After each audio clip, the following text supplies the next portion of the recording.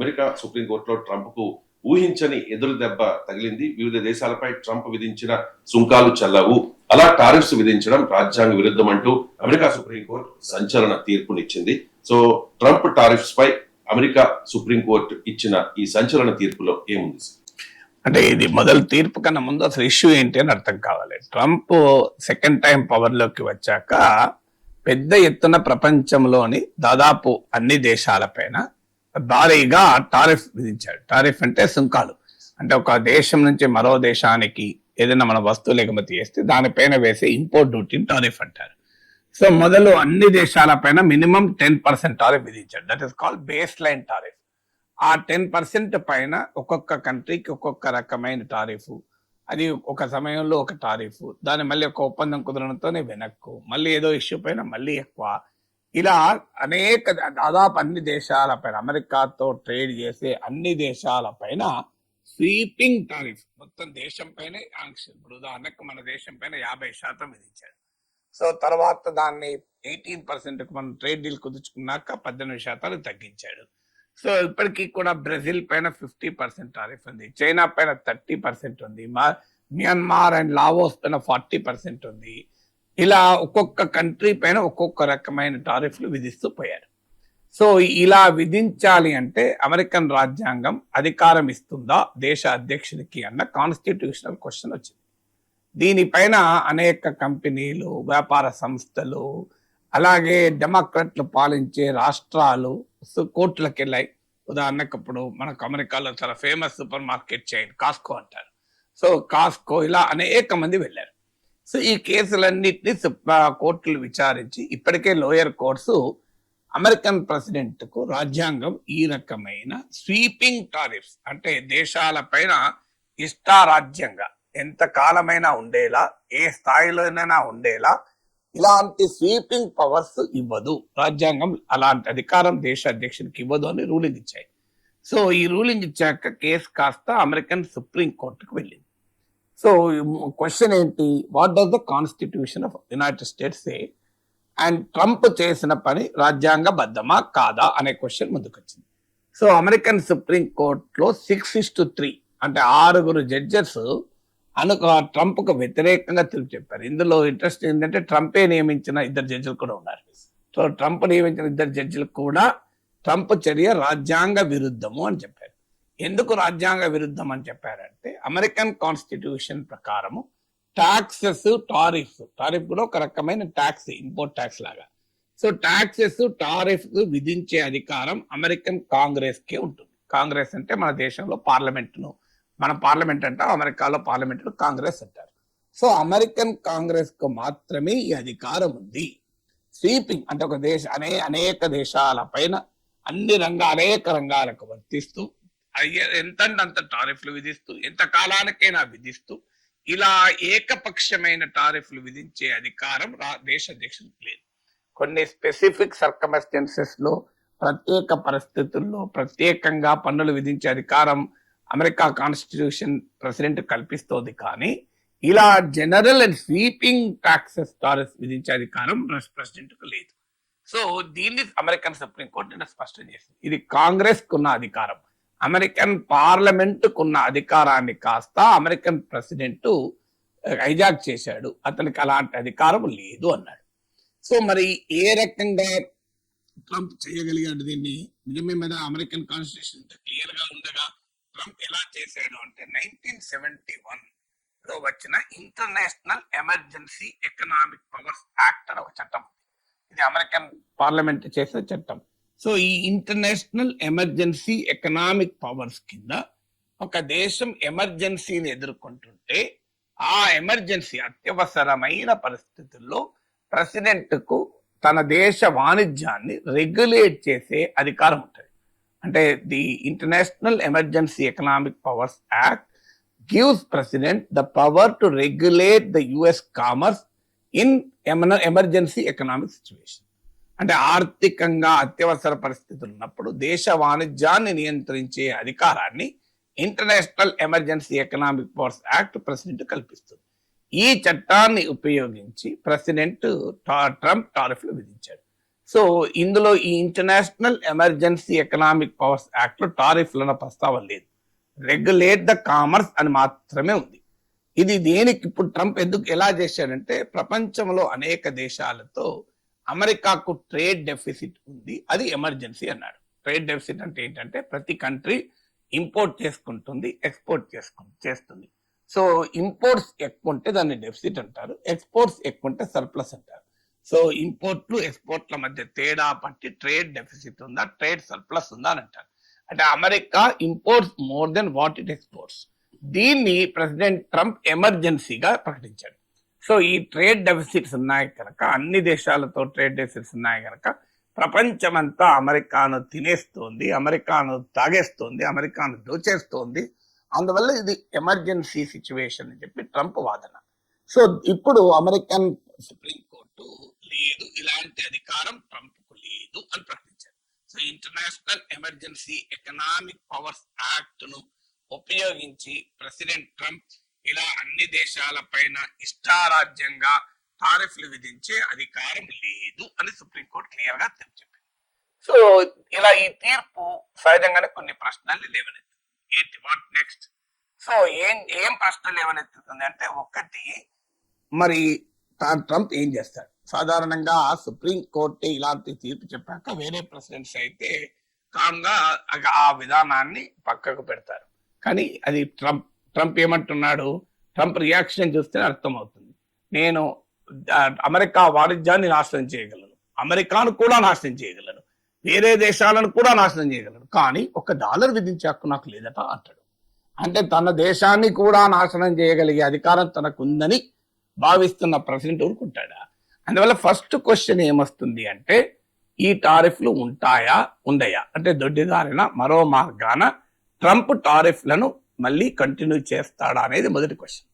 రెండవ క్వశ్చన్, ఇప్పటికే విధించిన టారిఫ్లు వసూలు చేసిన డబ్బు రీఫండ్ ఇస్తారా? ఇది రెండవ క్వశ్చన్. సో ఇప్పటికీ $175 బిలియన్ వసూలు చేస్తారని అంచనా. Congress budget, American parliament budget office ప్రకారం ఏడాదిలో $300 బిలియన్ వరకు కూడా వసూలు అవుతుందని ఇప్పటికే వివిధ అంచనాలు. ఇవాళ ద హిందూ $130 బిలియన్ అన్నారు, రాయిటర్స్ కథనం ప్రకారం $175 బిలియన్ అన్నారు. కొన్ని ఇంటర్నేషనల్ మీడియా అయితే ఇప్పటి వరకే ట్రంప్ $250 బిలియన్ కూడా వసూలు చేశాడు అని అంటున్నారు. బట్ ఏదైనా ఇప్పటికే $100 కోట్ల ట్రంప్ వసూలు చేశాడు. వీటిని రీఫండ్ చేస్తారా? ఇది రెండో క్వశ్చన్. ఆల్రెడీ రీఫండ్ ఇవ్వాలి అనే లిటిగేషన్ మొదలైంది. అమెరికన్ సూపర్ మార్కెట్ జైంట్ కాస్కో ఇలాంటి అనేక వ్యాపార సంస్థలు ఇప్పటికే కేసులు వేసాయి. థర్డ్ క్వశ్చన్ ఏమొస్తుందంటే, అమెరికా ఇప్పటికే భారత్ తో సహా అనేక దేశాలతో ట్రేడ్ డీల్స్ కుదుర్చుకుంది. మరి ఈ ట్రేడ్ డీల్స్ భవిష్యత్ ఏంటి? ఇప్పుడు ఇటీవల భారత్ తో కూడా కుదుర్చుకుంది 18% టారిఫ్ విధిస్తూ, మనం మాత్రం 0% టారిఫ్ విధించాలని. ఇలా మన కంట్రీతోనే కాదు అనేక దేశాలతో ట్రంప్ ట్రేడ్ డీల్స్ కుదుర్చుకున్నారు. So what is the future of this trade deals అనేది థర్డ్ క్వశ్చన్ వస్తుంది.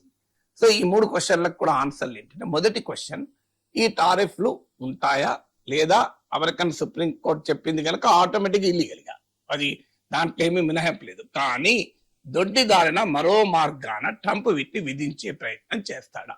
ఈ ప్రశ్నకు ఆల్రెడీ ఆన్సర్ వచ్చింది. లేటెస్ట్ న్యూస్ ఏంటంటే, section 122 of US trade act of 1974 ప్రకారం ట్రంప్ ఆల్రెడీ 10% ప్రపంచంలో ఉన్న తన ట్రేడ్ పార్ట్నర్లు అందరిపైన 10% టారిఫ్లు విధిస్తూ ఫ్రైడే రోజే సంతకం చేశాడు. ఆల్రెడీ ఈ అమెరికన్ సుప్రీం కోర్టు జడ్జిమెంట్ వచ్చిన ఫ్యూ అవర్స్ లోనే section 122 of US trade act of 1974 ప్రకారం 10% టారిఫ్ విధించేటువంటి పని ఆల్రెడీ ఆర్డర్ మీద సైన్ చేశాడు. So section 122 of trade act of 1974 ఏంటంటే, ఒక దేశంతో గనక అమెరికాకు బ్యాలెన్స్ పేమెంట్ డెఫిసిట్ అంటే ట్రేడ్ చేసేటప్పుడు లోటు ఉందనుకో, అప్పుడు తాత్కాలికంగా సెక్షన్ 122 కింద టారిఫ్ విధించవచ్చు. కానీ అది 15% దాటకూడదు, 150 డేస్ దాటకూడదు. సో అందుకే ట్రంప్ ఇప్పుడు ఈ 10% టారిఫ్ ను 150 డేస్ కొరకు విధించాడు. సో ఇది సెక్షన్ 122 ఆఫ్ ట్రేడ్ యాక్ట్. దీనిపై కూడా మళ్ళీ కోర్టుకు వెళ్తే కోర్టు ఏం చెప్తుందో చూడాలి. ఎందుకంటే section 122 balance of trade deficit అంటే ఏ కంట్రీతో డెఫిసిట్ ఉంటే ఆ కంట్రీ పైన వేయాలి. కానీ ట్రంప్ విచక్షణ రహితంగా అన్ని దేశాల పైన వేశాడు. రెండవది ఇంకా ఇతరత్రా కూడా ఆలోచన మొదలు పెట్టాడు. ఇప్పుడు section 301 of US trade act of 1974 అని ఉంది.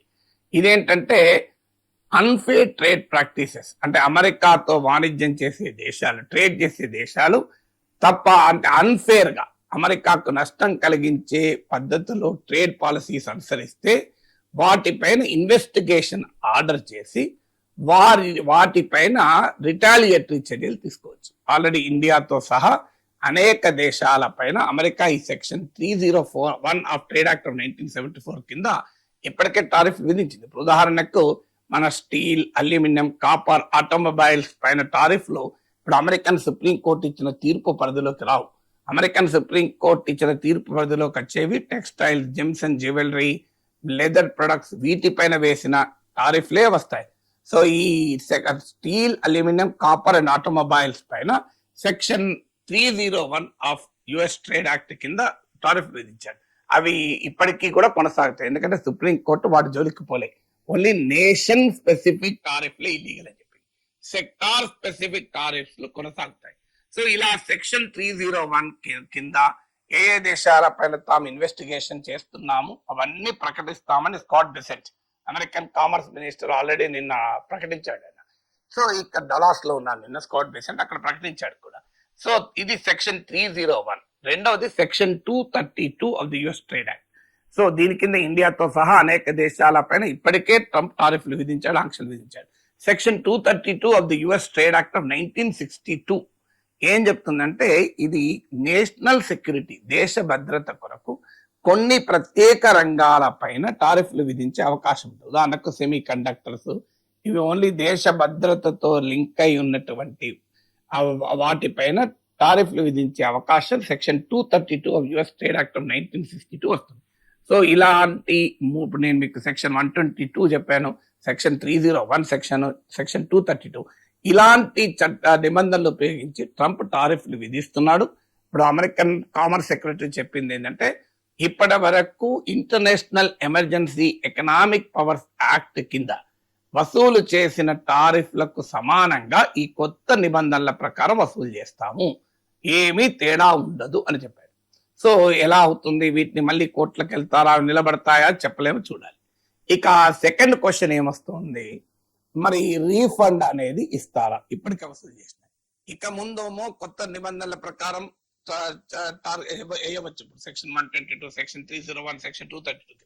కానీ ఆల్రెడీ వేసింది international emergency economic powers act కింద, అది illegal.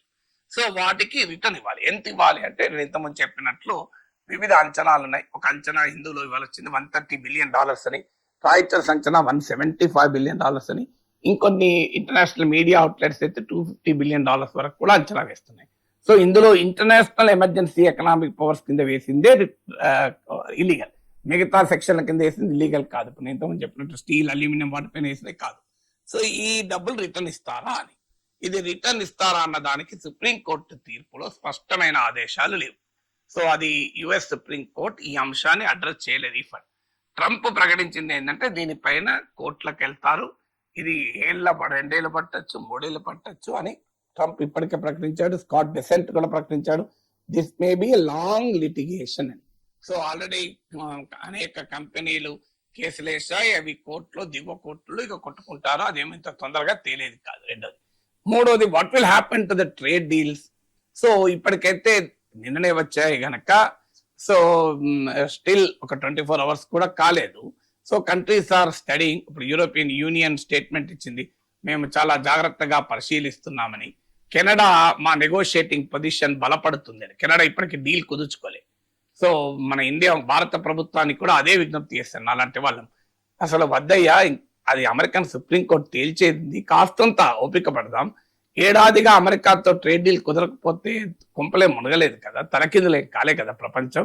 Just wait for few weeks, కొద్ది వారాలు ఆగితే అమెరికా సుప్రీంకోర్టు జడ్జిమెంట్ వస్తుంది. ఆ ఎందుకంటే ఆల్రెడీ మీకు ఆర్గ్యుమెంట్స్ అయిపోయినాయి, జడ్జిమెంట్ రిజర్వ్ అయి ఉంది. సో జడ్జిమెంట్ వస్తే మన నెగోషియేటింగ్ పొజిషన్ బలపడుతుంది. అంటే మోడీ ప్రభుత్వం తొందరపడి ఆదరాబాదరాగా అమెరికా ట్రంప్ తో ఒప్పందం కుదుర్చుకున్నారు. మనం అనేక సార్లు ఆ ఒప్పందం ఎలా రాజీనో చెప్పారు. సో క్లియర్ గా ఇప్పుడు నాలాంటి వాడికి అర్థమైంది కూడా, ప్రభుత్వానికి ఎందుకు అర్థం కాలేదు నాకు ఇప్పటికీ తెలియదు. నేను అనేక సార్లు చెప్పాను, let us wait, situation is fluid. ఇంకా బ్రెజిల్ ఒప్పందం కుదుర్చుకోలే, చైనా కుదుర్చుకోలే, కెనడా కుదుర్చుకోలే, చాలా దేశాలు ఇంకా పూర్తి స్థాయిలో ఒప్పందాలు కుదుర్చుకోలే. మనకేం కష్టం వచ్చింది? కాంట్ ఇండియా వెయిట్, మన బ్రెజిల్ కన్నా బలమైన కంట్రీ కాదా? సో అంటే మోడీ ప్రభుత్వం అంత తొందరపడి ఒప్పందం కుదుర్చుకున్నారు. ఇప్పుడు ఏంటి, కెనడాకు నెగోషియేటింగ్ పొజిషన్, ఇప్పుడు కెనడా కానీ బ్రెజిల్ కానీ అంటే ఆల్రెడీ ఒప్పందం లేని వారికి ఇప్పుడు ఈ జడ్జిమెంట్ తో ఇక్కడ లేని బలం వచ్చింది. ఇప్పుడు మనం ఏం చేస్తే ఆల్రెడీ చేసుకుంటున్నాం మనం. ఇప్పుడు అందువల్ల ఈ ట్రేడ్ డీల్స్ ఏమవుతుంది అనేది చూడాలి. యూరోపియన్ యూనియన్ కాషియస్ గా రియాక్ట్ అయింది. యూకే మేము అమెరికాతో కలిసి పనిచేస్తామని. ఖచ్చితంగా అన్ని దేశాలు కూడా they will stand to argue more, negotiate చేసుకోవడానికి అవకాశం ఉంటుంది. ఎందుకంటే ట్రంప్ కు జరిగిన ఎదురు దెబ్బ మామూలు ఎదురు దెబ్బ కాదు. ఎందుకంటే లీగల్ గా చాలా పెద్ద ఎదురు దెబ్బ, పొలిటికల్ గా కూడా ట్రంప్ క్లౌట్ అంతా దెబ్బతింటది. ఎందుకంటే లాస్ట్ 1 year నుంచి ట్రంప్ ఎంటైర్ ఎకనామిక్ ఎజెండా, దేశీయమైన అంతర్జాతీయమైన, బోత్ డొమెస్టిక్ అండ్ ఇంటర్నేషనల్, అంతా టారిఫ్ల చుట్టూ నడిచింది కదా. యుద్ధాలనే టారిఫ్లతో ఆపానన్నాడు. సో ఇప్పుడు ఆ టారిఫ్లే కొట్టేశారంటే ట్రంప్ వెన్నెముకను అమెరికన్ సుప్రీంకోర్టు విరగొట్టింది. So Trump is at the weakest moment of his history. Already 40% లోపైన పాపులారిటీ రేటింగ్స్ పడిపోయినాయి. ఇప్పుడు ఆల్రెడీ మార్కెట్స్ S&P 500, మీకు అమెరికన్ స్టాక్ మార్కెట్ చీజ్ చేశాయి ఈ జడ్జిమెంట్ ను. డెమోక్రట్లు ఉతికి ఆరేస్తున్నారు. సో కోర్టుల్లో కేసులు పెరిగిపోతున్నాయి. So all time attack Trump ఉన్న సమయం. అందువల్ల డెఫినెట్ గా దీన్ని partner countries will use it. Unfortunately మనలాంటి కంట్రీ, మన ప్రభుత్వం చేసిన తొందరపాటు వల్ల మన దేశం నష్టపోతుంది. లేకపోతే మనం ఇప్పుడు బ్రహ్మాండంగా ట్రంప్ కు టర్మ్స్ మనమే డిక్టేర్ చేయొచ్చు. ఎందుకంటే ట్రంప్ ఇంత సెట్ బ్యాక్ వచ్చాక మీకు మన ఒప్పందం కుదుర్చుకోవడానికి మన నెగోషియేటింగ్ పవర్ చాలా ఎక్కువ ఉంటుంది కదా, క్రైసిస్ లో ఎదుటి వ్యక్తి ఉన్నప్పుడు. So but we last that opportunity. But చూడాలి ప్రభుత్వం ఎలా రియాక్ట్ అవుతుంది అని. సో అందువల్ల డెఫినెట్ గా ట్రేడ్ డీల్స్, గతంలో ట్రంప్ ప్రపంచాన్ని బెదిరించినంతగా బెదిరించగలడా అనేది క్వశ్చన్ మార్క్ గానే మిగిలిపోతుంది. సుప్రీంకోర్టు సంచలన తీర్పు తర్వాత కూడా డొనాల్డ్ ట్రంప్ ఎక్కడ తగ్గడం లేదు సార్. దొడ్డిదారిన ప్రయత్నాలు మొదలు పెట్టినట్టుగా అర్థమవుతోంది. సుంకాలు కొనసాగుతాయి అంటూ అమెరికా ట్రేడ్ పార్ట్నర్స్ పై 10% సుంకాలు విధిస్తూ ఉన్నట్లుగా కూడా ట్రంప్ ప్రకటించిన పరిస్థితి. సార్ ట్రంప్ ఏం చేయబోతుంది అంటే ట్రంప్ క్యారెక్టర్ అది. ఎందుకంటే Trump will not accept anything. Trump కు రాజ్యాంగం పైన గౌరవం లేదు. ట్రంప్ కు దేశాన్ని ఇప్పుడు ట్రంప్ రియాక్షన్ చేస్తే I can destroy trade, I can destroy our country, I can destroy foreign nations, కానీ ఐ కాంట్ నాట్ ఇంపోజ్ $1 అంటాడు. అంటే నాకు అధికారం లేదా $1 వేయడానికి, నేను అమెరికానే నాశనం చేయగలుగుతాను. అంత భ్రమలో ఉన్నాడు, ఊరుకుంటాడా? So already within hours మీరు అన్నట్టు 10% స్వీపింగ్ టారిఫ్ విధిస్తూ సంతకం పెట్టాడు. Section 122 of US trade act of 1974. So ఇది section 122 balance of payment deficit. ఏదైనా దేశంతో వాణిజ్యం చేసేటప్పుడు వాణిజ్య లోటు ఉంటే ఈ సెక్షన్ కింద టారిఫ్లు విధించవచ్చు. అది కంట్రీ స్పెసిఫిక్ గా విధించాలి. కానీ మరి ఇప్పుడు ట్రంప్ ఏమో అన్ని దేశాల పైన నాకు ట్రేడ్ డెఫిసిట్ ఉంది కనుక అన్ని దేశాల పైన సెక్షన్ 122 ఉపయోగిస్తా అంటున్నాడు. డెఫినెట్ గా సెక్షన్ 122 కానీ, సెక్షన్ 301 కానీ, సెక్షన్ 232 కానీ ప్రస్తుత అమెరికన్ సుప్రీం కోర్టు ఇచ్చిన తీర్పు పరిధిలోకి రావు. ఎందుకంటే ఇప్పుడు ట్రంప్ విధించిన టారిఫ్లు మనం చూస్తే కేవలం international emergency economic powers act కిందనే విధించలే. మేజర్ టారిఫ్స్ ఏమో international emergency economic powers act కింద విధించాడు. ఇతర రకాల టారిఫ్లు కూడా విధించాడు. ఉదాహరణకు మన దేశ స్టీల్, అల్యూమినియం వీటిని సెక్షన్ 301 కింద విధించాడు. అందుకే ఇటీవల కుదిరిన భారత్ అమెరికా ట్రేడ్ డీల్ లో కూడా స్టీల్ అండ్ అల్యూమినియం లేదు. మీరు ఆ జాయింట్ స్టేట్మెంట్ చూస్తే స్టీల్, అల్యూమినియం, కాపర్, ఆటోమొబైల్స్ ఇట్లాంటి వాటి, ఆటోమోటివ్స్ ఇట్లాంటి వాటిపైన. సో అందువల్ల ఇవి ఆల్రెడీ ట్రంప్ తెలుసు. ఎందుకంటే ఇప్పటికే లోయర్ కోర్టులు అన్కాన్స్టిట్యూషనల్, ట్రంప్ అలాంటి అధికారము లేదు, ఇలా ఇష్టా వచ్చినట్టుగా దేశాలపైన టారిఫ్ విధించని తీర్పులు చెప్పాయి. లోయర్ కోర్టులు తీర్పులు చెప్పడమే కాకుండా విచారణ సందర్భంగా American supreme court judges including conservative judges వారు ట్రంప్ కు వ్యతిరేకంగా ట్రంప్ నిర్ణయాన్ని ప్రశ్నిస్తూ కామెంట్లు కూడా చేశారు. అందువల్ల the mood of the court was evident. అంటే అమెరికన్ సుప్రీం కోర్టు బహుశా కొట్టి వేస్తుందేమో అనే అభిప్రాయం ప్రపంచంలో ఉండి ట్రంప్ కూడా అనుమానం ఉంది. అందుకే ట్రంప్ సుప్రీం కోర్టు కనుక ఇలాంటి జడ్జిమెంట్ ఇస్తే యుఎస్ విల్ బి స్క్రూడ్ అని చెప్పి గతంలో స్టేట్మెంట్ కూడా ఇచ్చాడు. సో ఇప్పుడు కూడా దానికి అనుగుణంగానే ప్రిపేర్ అవుతూ అనేక దేశాల పైన భిన్నమైన పద్ధతుల్లో టారిఫ్లు వసూలు చేసే కార్యక్రమం మొదలుపెట్టాడు. అందుకే ఇప్పుడు ఇమీడియట్ గా సుప్రీంకోర్టు తీర్పు వచ్చిన వెంటనే తాను ఫస్ట్ విధించిన బేస్ లైన్ టారిఫ్ 10%. అసలు ట్రంప్ పవర్ లోకి వచ్చిన వెంటనే ఫస్ట్ విధించింది 10% టారిఫ్ విధించారు అన్ని దేశాల పైన. దాన్ని రెస్టోర్ చేశాడు. సెక్షన్ 122 కింద అన్ని దేశాలతో అమెరికాకు ట్రేడ్ డెఫిసిట్ ఉంది గనక, అన్ని దేశాలతో బ్యాలెన్స్ ఆఫ్ పేమెంట్ డెఫిసిట్ ఉంది గనక నేను టారిఫ్ విధిస్తాను అన్నాడు. But we're have to see దీనిపైన కూడా ఎవరన్నా సుప్రీంకోర్టుకు పోతే ఏం జరుగుతుంది అని. సో అందువల్ల సెక్షన్ 122 ఒక పద్ధతి. సెక్షన్ 301 ఏంటంటే అన్ఫేర్ ట్రేడ్ ప్రాక్టీసెస్ అంటారు. అంటే ఏ దేశమైనా ఏ కంపెనీ అయినా అమెరికాకు నష్టం కలిగించేటువంటి రీతిలో వాణిజ్య విధానాలు అనుసరిస్తే trade policies that were harmful to US, దాన్ని అన్ఫేర్ ట్రేడ్ ప్రాక్టీసెస్ యాక్ట్ కింద, అంటే అమెరికన్ ట్రేడ్ యాక్ట్ లోని సెక్షన్ 301 కింద ఆంక్షలు విధించవచ్చు. ఇప్పుడు ఆల్రెడీ నేను ఇంతకుముందు చెప్పినట్లు మన స్టీల్, అల్యూమినియం, కాపర్ లాంటి వాటిపైన సెక్షన్ 301 ప్రకారమే ఈ టారిఫ్లు విధించారు. సో ఇండియా పైన ఈ టారిఫ్లు మొదటి నుంచి కూడా ఉన్నాయి. ఇప్పుడు ఉదాహరణకు మనకు డిజిటల్ సర్వీసెస్ ట్యాక్స్ వేసినప్పుడు కూడా అమెరికా ఇలాంటి ఆంక్షలే మన పైన విధించింది. సో ఇండియాతో సహా అనేక కంట్రీస్ కు ఆల్రెడీ సెక్షన్ 301 అనుభవం ఉంది. తర్వాత section 232 of the US trade act of 1962 ప్రకారం నేషనల్ సెక్యూరిటీ, దేశ భద్రతకు సంబంధించిన సెక్టార్స్ పైన ప్రత్యేక టారిఫ్లు విధించవచ్చు. అంటే ఇది అన్ని సెక్టార్స్ పైన విధించరాదు. ఉదాహరణకు నేషనల్ సెక్యూరిటీతో లింక్ అయి ఉన్న వాటిపైనే విధించవచ్చు. ఆల్రెడీ సెక్షన్ 232 కింద ఇప్పటికే చాలా దేశాలపైన ఆంక్షలు విధించాడు కూడా. సో అందువల్ల వీటికి ప్రాసెస్ పడుతుంది. ఇప్పుడు అమెరికన్ కామర్స్ సెక్రటరీ ప్రకటించింది అంటే త్వరలో మేము సెక్షన్ 301 కింద చేస్తున్న ఇన్వెస్టిగేషన్ రిపోర్ట్లను బయట పెడతామని చెప్పాడు. అంటే ట్రంప్ ట్రేడ్ వార్ ఎండ్ కాలేదు. సో ఇప్పుడు ఆల్రెడీ అనేక దేశాల పైన అన్ఫేర్ ప్రాక్టీసెస్ అంటూ ఆరోపణలు చేస్తాడు. ఇప్పుడు ఉదాహరణకు ఇండియా పబ్లిక్ డిస్ట్రిబ్యూషన్ సిస్టమ్ ఉంది. మన ప్రజా పంపిణీ వ్యవస్థ ద్వారా ప్రజలకు చౌకగా ఆహార ధాన్యాలు ఇస్తాం. అందుకొరకు ప్రభుత్వము కనీస మద్దతు ధర, మినిమం సపోర్ట్ ప్రైస్ ఇచ్చి రైతుల దగ్గర కొంటుంది. దీన్ని ట్రంప్ అన్ఫేర్ ట్రేడ్ ప్రాక్టీస్ అంటారు అమెరికా. సో దీనిపైన WTO కూడా గతంలో అమెరికా వెళ్ళింది. ఇప్పుడు ఇండియా అమెరికా ట్రేడ్ డీల్ లో కుదుర్చుకున్న దాని ప్రకారం ఇది ఎఫెక్ట్ అవుతుందని ఆందోళన కూడా వ్యక్తం అవుతుంది. ఎందుకంటే దాంట్లో నాన్ టారిఫ్ బ్యారియర్స్ ఎత్తివేస్తారు అని రాసుకున్నారు. ఇది నాన్ టారిఫ్ బ్యారియర్ కింద వస్తారు. ఇప్పటి వరకు ప్రభుత్వాలు ఏ పార్టీ ఉన్నా కాపాడుతూ వచ్చాయి. కానీ ఇప్పుడు ఇండియా యుఎస్ ట్రేడ్ డీల్ వల్ల అది ప్రమాదంలో పడింది. సో దీనిపైన ఇలాంటిది అన్ఫేర్ ట్రేడ్ ప్రాక్టీస్ అనొచ్చు. ఇలా అన్ఫేర్ ట్రేడ్ ప్రాక్టీస్ కింద ఏ రకమైన ఆంక్షలైనా విధించే అవకాశం ఉంటుంది. సో అందువల్ల ట్రంప్ ట్రేడ్ వార్ కంటిన్యూ అవుతుంది. అమెరికా వర్సెస్ చాలా కంట్రీస్ ఈ గందరగోళం, ఈ గొడవ చాలా కాలం కంటిన్యూ అయ్యేటువంటి అవకాశమే ఉంది. అమెరికా ఇప్పటికే అనేక దేశాలతో కుదుర్చుకున్న ట్రేడ్ డీల్స్, అనేక దేశాల పైన విధించిన టారిఫ్స్, ఇవన్నీ ఒక స్పీర్ ఆఫ్ అన్సర్టనిటీ, ఒక ఏమవుతుందో తెలియని ఒక అయోమయ పరిస్థితికి అయితే నెట్టివేయబడ్డ యాజ్ ఆఫ్ టుడే.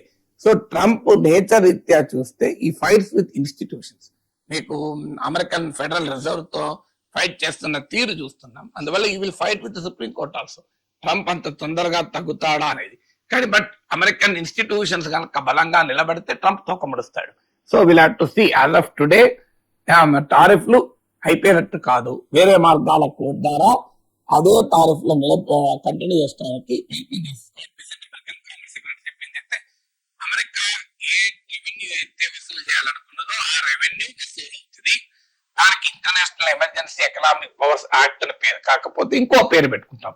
సెక్షన్ 301 అంటాం, సెక్షన్ 122 అంటాం, సెక్షన్ 232 అంటాం అని ఆ అమెరికన్ కామర్స్ సెక్రటరీ ఇప్పటికే ప్రకటించాడు. అందుకల్ల సిచ్యువేషన్ ఇస్ ఎవాల్వింగ్ కనుక ఇప్పటికి అర్థమైతే ఆల్రెడీ ట్రంప్ స్టార్ట్ చేశాడు సెక్షన్ 122 మీద బాధడం. సో ఇంకా బాధుతాడనే అనుకుంటారు. బట్ అవన్నీ ఎలా ప్రొసీడ్ అవుతాయి లీగల్ గా, డిప్లొమాటిక్ గా అనేది చూడాల్సింది.